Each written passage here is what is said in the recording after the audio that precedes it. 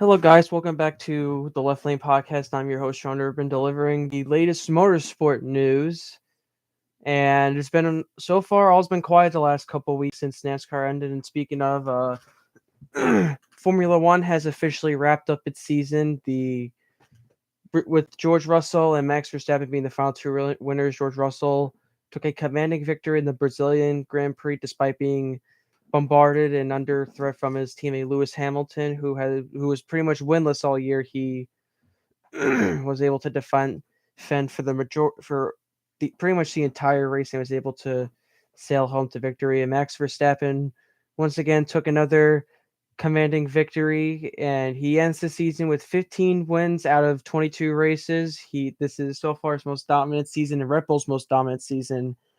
And yeah, the Formula One World Championship standings, Max Verstappen and Red Bull lock up the drivers and constructors championships, both of them for the first time since 2013. And yeah, a lot of big news out of the paddock from not just NASCAR but both Formula One too. For the first time since 2015, we will be having an American driver, Logan Sargent, on the grid, who will drive for Williams, replacing the now former Williams driver Nicholas Latifi. And the rookie grid has been set with Logan Sargent, Nick DeVries driving for AlphaTauri, and Oscar Piastri, who will be driving for McLaren. And on top of that, Daniel Ricciardo, who left Red Bull in 2018, has returned as the reserve driver role for Red Bull in 2023. And so far forward, he will be doing stunts for Red Bull marketing and will also serve as their reserve driver.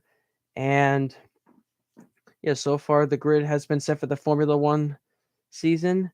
And also, on top of that, Nico Hulkenberg will be replacing Mick Schumacher at Haas. Schumacher was dropped and didn't really have such a great leave or goodbye with Haas, since they seemed pretty spiteful towards him on the radio. As Mick tried to do donuts, Haas told them not to, and that rubbed a lot of Formula One fans the wrong way, and Haas is still getting bombarded with hate for it. It's one thing to drop your driver because, money and points are on the line, and your driver pretty much crashed. I think he crashed 3 or 4 races, or maybe 5. I'm not sure, but he costed Haas a lot of money. But I don't think that they should have said goodbye to Mick the way that they did. But Mick will come back, since he's still young. He's still relatively.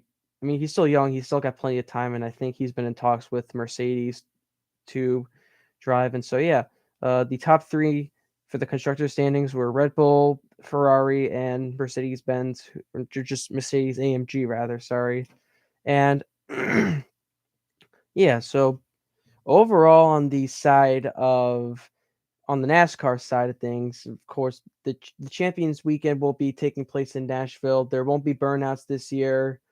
It won't be on cable. They're gonna stream it on, I believe, Peacock and a couple of other services that you're gonna have to pay for. So I won't be able to cover any of that. It's probably just rewards and Hall of Fame stuff. And speaking of NASCAR, to not really anyone's surprise, Ty Gibbs was moved up to the Cup Series, but it really actually was a surprise, since the 18 is pretty much gone at this point. There's no 18 in the Cup Series. It's the 54 Monster Energy Cup car now. And many thought, oh, what? I originally thought that if Reddick had stayed, or if something happened with Busch, or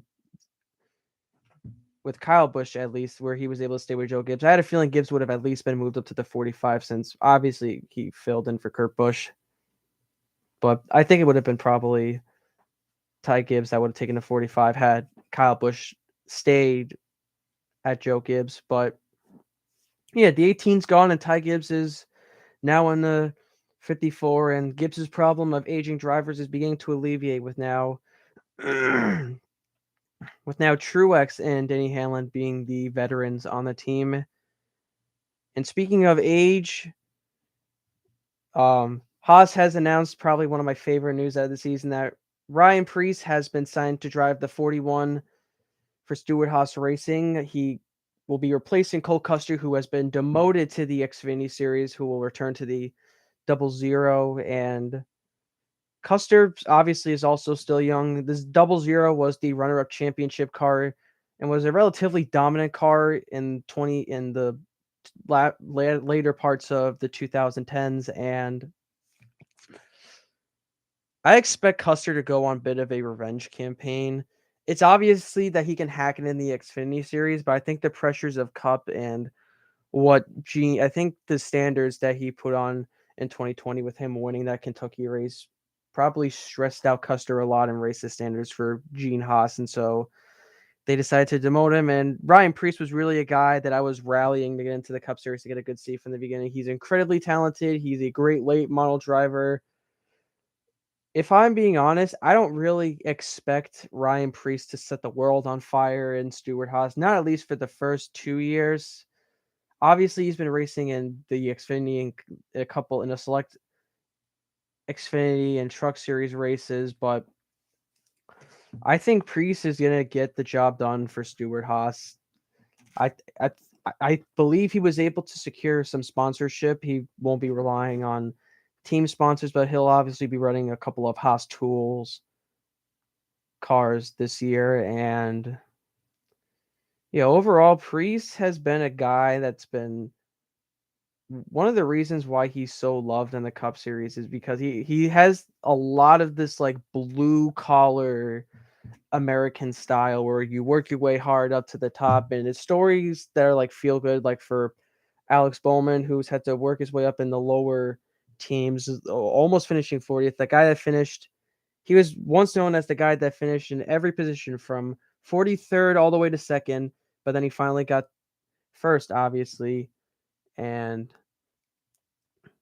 it's just the hardworking story that really makes Ryan Preece and a lot of these other guys that work their way up to the top so loved. Obviously with Preece, he's a pretty decent driver. I've seen him race out in Long Island a couple times I since sometimes they go out to Long Island and race late models and race at the short track at Riverhead Raceway. And I've met Preece before. He's a really good guy. He's really kind. He's really respectful. And overall, I wish him the best of luck. So, yeah, with NASCAR, Formula One, IndyCar, and so all the big series concluding, all we can do is wait and speculate. And if there's any drama, if there's any new team developments, I'll be reporting on those. So, yeah, that's pretty much it. So, thank you guys for watching. Until next time, have a good one.